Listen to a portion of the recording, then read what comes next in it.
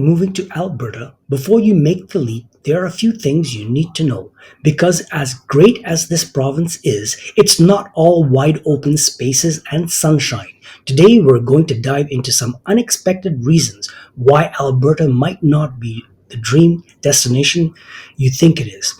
And trust me, you'll want to hear these before you start packing your bags. Alberta is known for some of the most stunning lakes in the world. Seriously, places like Lake Louise, Morine Lake, and Pito Lake frequently make the list of the world's most beautiful lakes. The catch? Alberta doesn't have an abundance of lakes scattered throughout the province, like you might find in other places. So, if being close to water is a major factor in where you choose to live, Alberta might leave you wanting.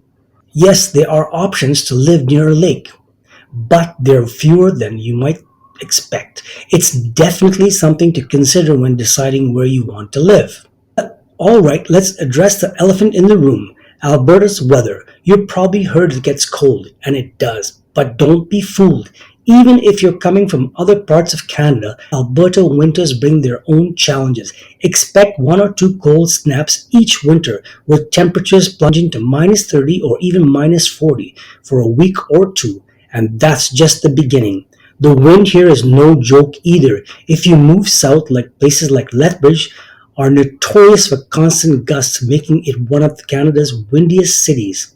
Now, let's not forget about Chinooks, those warm winds that come down from the Rockies. They might sound nice, but they do bring relief from the cold. But they also bring pressure headaches for many people. If you're prone to headaches, Alberta's weather might not be as kind to you as you hope. Now, if that wasn't Alberta's hailstorms are legendary, we're talking about golf ball size hail. Thankfully, the storms hit in narrow bands, so not everyone gets plummeted. But it's crucial to have home and car insurance that covers hail damage. Don't say I didn't warn you. Alberta used to be known for affordable living, especially when it came to housing, but things have changed. Depending on where you're coming from, Alberta's real estate market may not feel as cheap as it once did. If you're moving from Ontario or BC, the prices are still seem like a bargain. But if you're relocating from places like Saskatchewan or East Coast, Alberta's housing market might shock you. In fact, since 2019, Calgary's housing benchmark price surged 37%, and with the number of people moving to Alberta right now, that trend doesn't look like it's going to slow down anytime soon. So if you're thinking about buying a home, just know that while it's still a solid investment, those prices are on the rise. Let's talk about relatively new issue, smoke. Due to the increasing number of forest fires, Alberta gets its fair share of smoke in the spring and summer.